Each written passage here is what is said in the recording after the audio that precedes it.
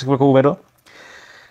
A proč to nemůžu vyslovit? No, zkrátka, tento doktor tak podává a poskytuje informace, které se zaměřují proti vakcínám.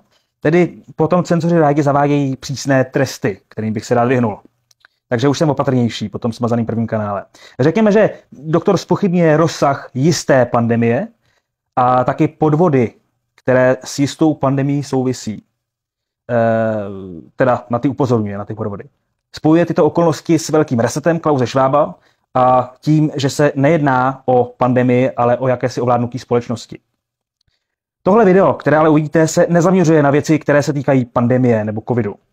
A je na každém z vás, jaký si o tom uděláte obrázek. Připomněl bych, že tento pán Coleman za covidismu mezi prvními odhalil některé později potvrzené pravdy.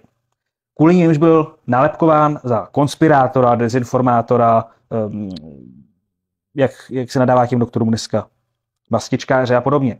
Vy, co Český list sledujete už delší dobu, tak znáte mý názory na covidismus, takže není třeba se v tom dál šťourat. A jak říkám, tohle video je o něčem jiným. Je to o plánu na vyvolání války mezi Ruskem a Ukrajinou, který začal v roce 2014, kdy Spojené státy a Evropská unie pomohly svrhnout demokraticky zvolenou vládu na Ukrajině. Spojené státy chtěly loutkový režim na ruském prahu jako odpalovací rampu pro plánovanou válku NATO s Ruskem. Nyní rychle směřujeme k jaderné válce. Všichni, kdo podporovali válku na Ukrajině, prachama, vlajkama, označkama a tak dál, nás pomohli přivést do této války. A o tomhle mluví Vernon v tomhle videu, tak si to poslechněte a o jeho názorech si udělejte vlastní úsudek. Příjemnou podívanou. Je 9. února 2023 a toto je moje 321. video od začátku falešné pandemie, podvodů s covidem a designerské války a zavedlo nás to na naši dlouhou cestu do nové abnormality a velkého resetu. Věřím, že toto video je nejdůležitější, které kdy uvidíte, protože nade vší pochybnost se ukazuje, že Joe Biden, americký prezident, urychlil konstruktorskou válku mezi Ruskem a Ukrajinou, která se nyní stala třetí světovou válkou s Amerikou, Evropskou unii a Spojeným královstvím, které dodávají tanky k útoku na Rusy a německá ministryně připouští, že jsme ve válce s Ruskem. Kromě toho nás Amerika, Evropská unie a Spojené království záměrně neúnavně vedou k první a pravděpodobně poslední jaderné válce na světě. Váš život závisí na tom, abyste věděli, co se vám chystám říci, a na tom, abyste s tím něco udělali. Sdílejte video s každým, koho znáte, a požadujte odstoupení své vlády. Všechno, co vám řekli o Ukrajině, je lež. Spiknutí k zahájení této války začalo v roce 2014, kdy Amerika a Evropská unie pomohly svrhnout demokraticky zvolenou vládu na Ukrajině. Bývalý prezident Obama v roce 2015 přiznal, že Spojené státy se podílely na nahrazení demokraticky zvolené vlády a nabídly nové administrativě, nyní vedené Zelenským, pomoc v miliardách dolarů. Existuje mnoho soch nacistického kolaboranta Bandery a velká podpora pro něj. Podívejte se na ně. Spojené státy chtěly loutkový režim na ruském prahu jako výchozí bod pro plánovanou válku NATO s Ruskem. To bylo v roce 2014 za Obamy, který byl, což je neuvěřitelné, oceněn Nobelovou cenou za mír. Současná válka na Ukrajině začala v roce 2014, ale eskalovala v únoru 2022, kdy už se do toho začaly zapojovat Američané pod Bidenem. V lednu 2021, rok předtím, než Rusko údajně napadlo Ukrajinu, Američané sledovali konflikt a otevřeně se hovořilo o zastavení ropovodu Nord Stream. Biden, jak si vzpomínáte, byl v lednu 2021 zvolen 46. prezidentem Spojených států. Než Rusko napadlo Ukrajinu, Biden varoval. Pokud Rusko napadne Ukrajinu, pak nebude žádný Nord Stream 2. Ukončíme to. To je zaznamenáno. Reuters, Andrea. You got the first question. Thank you, Mr. President, and thank you, Chancellor Scholz. Mr. President, I have wanted to ask you about this Nord Stream project that you've long opposed.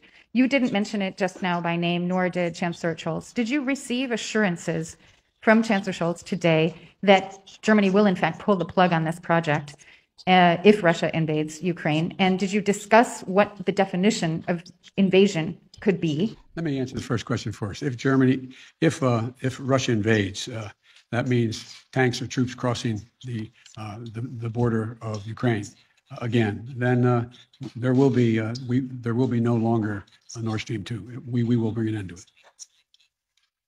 it. How will you do that exactly? Since the project and control of the project is within Germany's control. We will. I promise you, we'll be able to do it.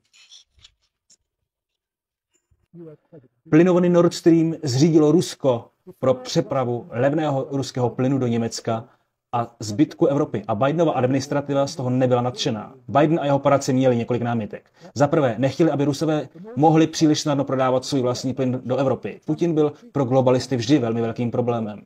Za druhé, Američané chtěli prodávat americký plyn do Evropy přepravou skapalněného plynu přes Atlantik. Tímto způsobem by mohli vydělat co nejvíce peněz, než zemřou miliardy. Za třetí, Biden a spol věděli, že pokud by dokázali předstírat, že Rusové vzorovitě vyhodili do povětří svůj vlastní ropovod, a to v reakci na sankce uvalené na Rusko, Evropané by většinou obvinili Rusko z vysokých cen paliva a podpořili by intervenci války na Ukrajině. Za čtvrté, konstruktérská válka proti Rusku by vedla ke zničení Evropy, která je Rusku mnohem blíže než Americe.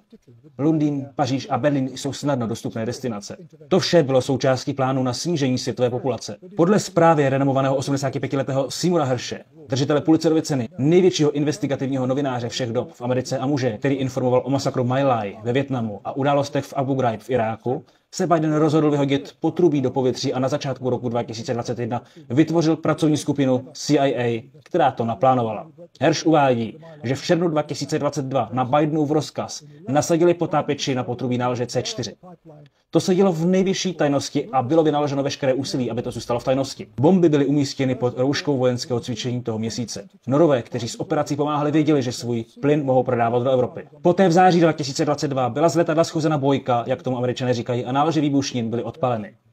Náměstkyně amerického ministra pro politické záležitosti Victoria Nuland při slyšení v Senátu přivítala zničení ropovodu. Senátore Cruzi, stejně jako vy, tak i já, a myslím, že i administrativa velice oceňuje, že Nord Stream 2 je, jak vy rád říkáte, jenom hromada železa na dně moře.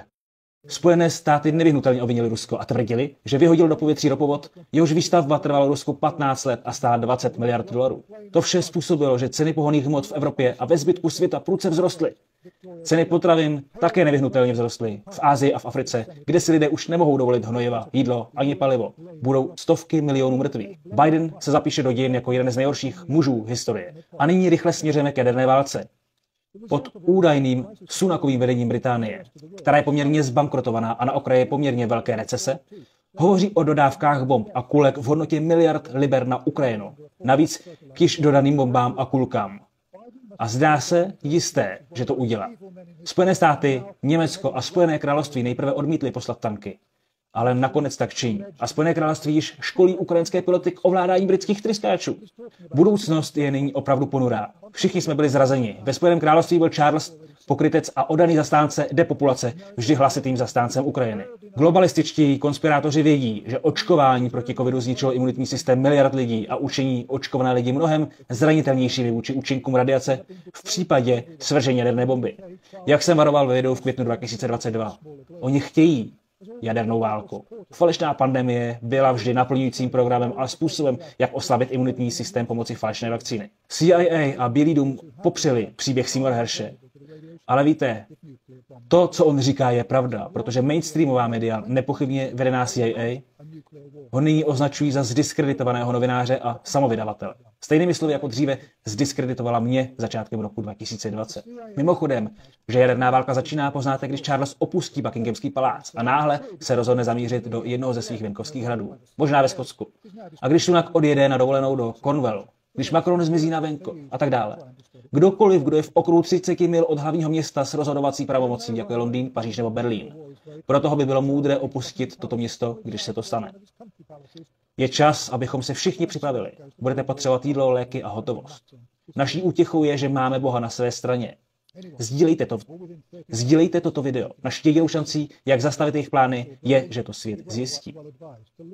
Tolik Vernon Coleman. Bezesporu je jasný, že hlavní aktéři zatím nehodlají započít vidět malé kručky směrem k mírovým jednáním. Je tedy skutečně otázkou, jak daleko jsou ochotní vše vygradovat. Na druhou stranu si třeba uvědomit, že režiséři